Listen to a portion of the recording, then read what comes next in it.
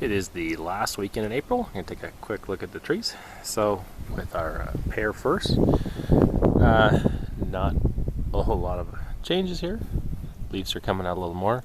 We can see that the pear blossoms are pretty much done, and they're starting to decide if they're going to be fertilized or not. So you can see this one here is really tiny. These ones are bigger.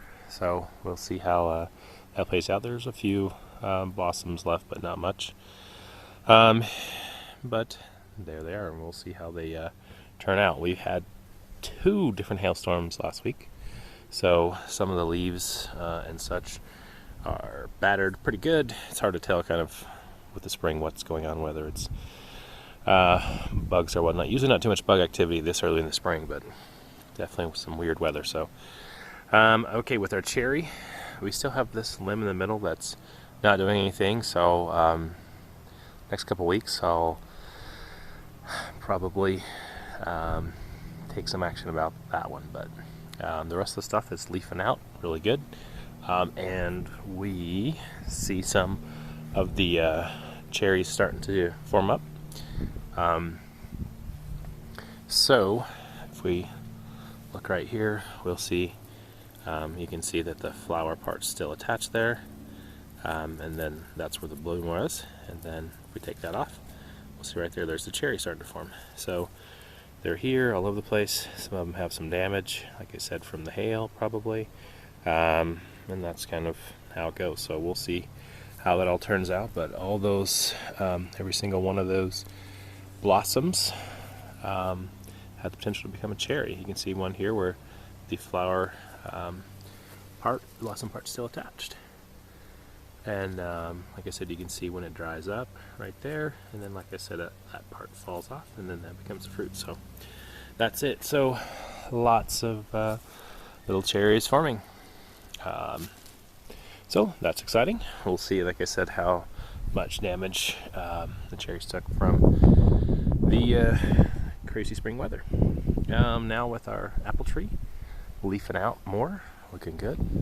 There's a lot more blossoms that I noticed around the tree in various spots, so we may have a few apples. Probably not a ton, which is good, but like I said, mainly we're focusing on getting the structure of the tree under control, but obviously we'd love to have some fruit. We'll look at this and see. We still have work to do where, see, this branch and this branch are rubbing each other. That's definitely not good. This branch is going to that branch. So even though I trimmed a lot of it back, there's still a lot of fine tuning to do over the next couple of years. So anyway, that is how that looks. Let me see if I can find a blossom here. No, there were a few that are kind of hard to see. I think what I was going to do is tie some string around one. Here's one where we have the blossom leaves, petals just hanging on, and a few of those blossoms there. So no fruit forming yet or anything like that, but we'll see how it goes. And so hopefully we'll get some, like I said, a very small crop, and that'll be just fine. That way we can focus on different ways to control the problems, which is mainly the codling moth, which causes the worms in there. So anyway, we'll see how that goes. Here's our peach tree. Not much change in it. Got a bunch of leaves forming out, but no, not a lot of activity. I guess you can kind of see it here. So there's the parts of the flower that are all dried up. In the middle you can see this, maybe you can see that green fuzzy part coming out there. That will be the peach fruit if it's fertilized and coming out. So just like the cherries, they'll eventually split that and shuck that off. So we'll see how that goes, how everything got fertilized this spring. So here's our other pear. Same thing. It's got the same red little bumps on the leaves as the other one. I'm not sure what that's about. I haven't had a chance to look into that, but it's there. And then we could see, here's a good one here, hopefully see, a bunch of them starting to swell up. So hopefully those will, some of those will start to form up and swell up into the little pears. And then we'll go through and thin those out so that we only have one per cluster, so we don't have too much competition. So there is our massive apricot.